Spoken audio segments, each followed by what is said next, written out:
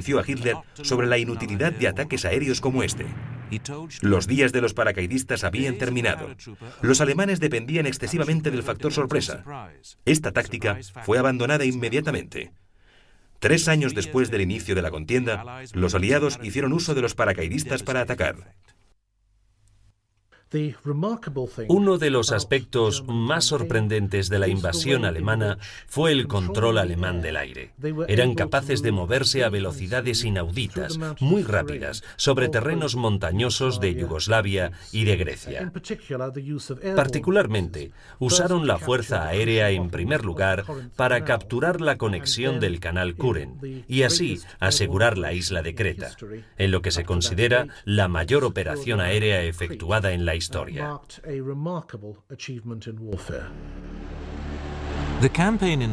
Las campañas promocionales eran una inversión innecesaria para los grandes planes de Hitler, la invasión de Rusia. Aunque los dos países habían firmado un pacto de no agresión en 1939, Hitler iba a pasar por alto dicho acuerdo, ya que estaba seguro de que era más importante atacar antes de ser atacado. Hitler consideraba que los eslavos debían ser exterminados para que su territorio fuera un espacio para vivir para los alemanes. La operación fue bautizada con el nombre de Barbarossa. Los planes militares sobre los primeros ataques resultaban dudosos. El ataque por el norte debía ser muy cerrado y llegar hasta el mar Caspio. La distancia era de 1.200 millas aproximadamente. Hitler declaró que esta sería la guerra del exterminio y aseguró que los soldados no tendrían que someterse a ninguna convención de guerra. El enfrentamiento con Rusia sería semejante a los que ya habían tenido. Esta pelea era una batalla de ideologías y diferencias raciales. Debía ser hecha sin compasión. Era un aviso de las atrocidades que estaban por llegar. La operación Barbarossa comenzó justo después de las 3 a.m. del 22 de junio de 1941. La artillería alemana atacó de forma indiscriminada. Cientos de bombarderos cruzaron la frontera atacando las bases de soldados rusos. Fue entonces cuando comenzó otra guerra. Desde el Báltico hacia la campiña, los bombarderos alemanes efectuaron su ataque contra las bases militares rusas y destruyeron al menos 1.800 aviones el primer día.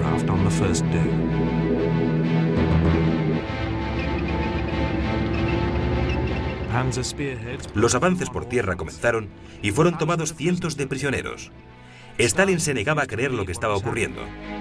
De hecho, justo el día después del ataque a los rusos, estos deberían de haberles entregado armamento a sus aliados alemanes.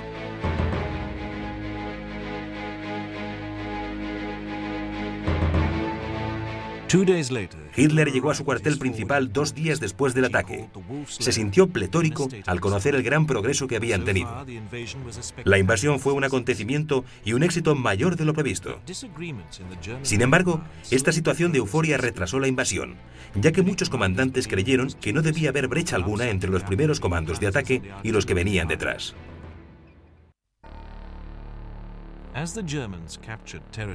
A medida que se iba invadiendo terreno por los alemanes, las SS cercaban implacablemente a los judíos y bolcheviques para ejecutarles o enviarles a campos de concentración. Los ciudadanos rusos fueron tratados sin piedad y cientos de ellos asesinados. Irónicamente, algunos civiles les recibieron amablemente por haberles liberado del régimen soviético, pero los de Hitler no hicieron caso y actuaron despiadadamente.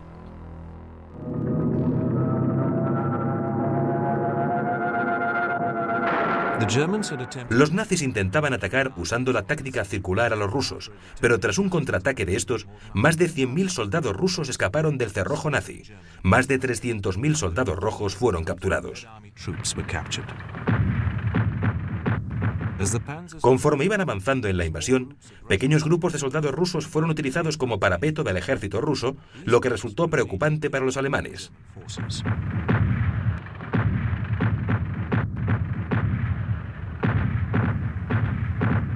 Los rusos disponían de nuevas armas más poderosas, como el rápido y excelentemente armado tanque T-34 difícil de batir. Solo la fuerza antiaérea era capaz de destruirles.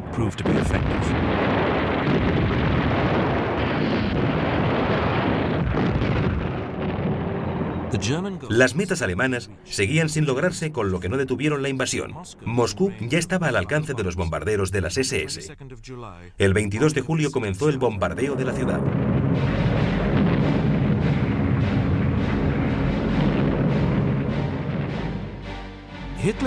Aún así, Hitler hizo un llamamiento a los jefes de infantería para que proporcionaran a los avances abastecimiento y que fuesen cerradas comunicaciones. Pero los alemanes habían subestimado la fuerza y determinación del ejército ruso. Aunque el ejército soviético tuvo que ser rápidamente reorganizado y equipado, resultó más poderoso de lo que imaginaron los alemanes. En el mes de julio, tuvieron que reabastecer las comunicaciones con los soldados del frente, lo que significaba hacer todo el trabajo de nuevo. En aquel momento existían razones de peso para concentrar todas las fuerzas cerca de la capital rusa. Moscú, además, era centro de las estaciones ferroviarias del ejército, centro político y, por supuesto, administrativo del país, y el punto neurálgico soviético de control de toda la Unión Soviética. Sin embargo, Hitler tenía otra opinión. Hitler anunció que los nuevos objetivos serían los campos de Ucrania y los campos de petróleo de Bakú. A lo largo de varias semanas, las áreas de control de Alemania fueron evacuadas.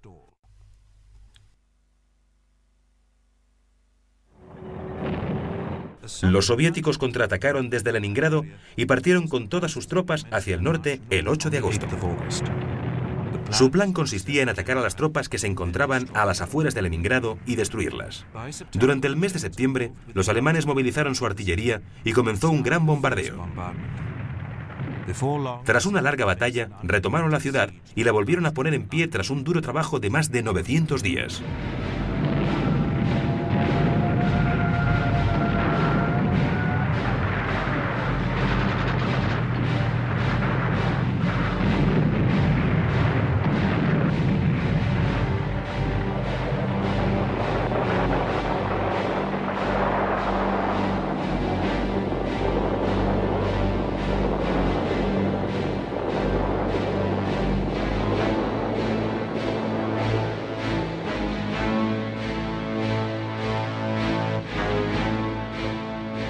Los rusos aseguraron que protegerían la ciudad con sus vidas, jurando una ley.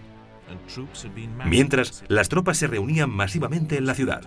Toda la ciudad tomó parte en la construcción de defensas antitanques.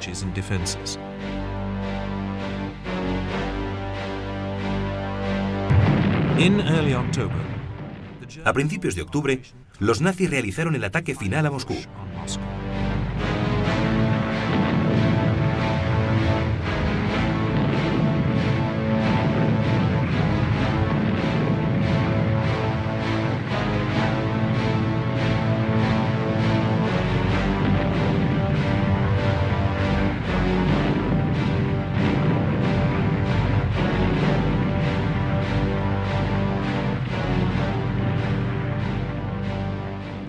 En el fondo, las líneas de ataque se movilizaban erróneamente, pero los rusos contaban con un importante aliado. En septiembre se iniciaron los ataques y rápidamente surgió un problema con las condiciones climatológicas de Rusia. Fuertes nevadas y lluvias torrenciales que impedían los avances en el frente. Los soldados rusos apenas pudieron atacar, con lo que retrasaron algunos de los avances logrados. A su vez, esta situación ralentizó el avance alemán. Pocos fueron los soldados que consiguieron sortear los obstáculos que surgían a lo largo del camino, a lo que se sumó la gran resistencia que opusieron los serbios antes de las heladas de los meses de noviembre y diciembre. Fuertes tormentas y vientos detuvieron el avance alemán hasta noviembre, cuando ya se habían formado placas de hielo por todas partes.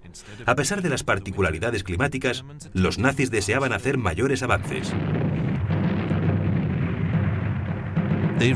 Avanzaron hasta situarse a menos de 30 millas de Moscú.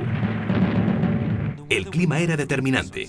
Las temperaturas llegaban a los 15 grados bajo cero por las noches. Los nazis no contaban con el equipo necesario para combatir unas condiciones climáticas tan extremas. El combustible se congeló, al igual que pasaba con los tanques, y no se contaba con uniformes que protegieran del duro frío invernal.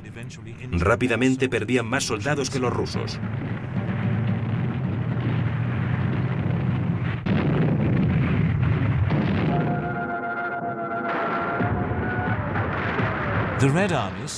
El Ejército Rojo comenzó el contraataque.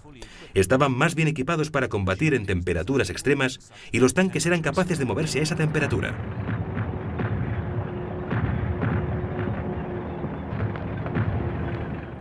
En las batallas que siguieron, las tropas nazis fueron retirándose poco a poco de Moscú.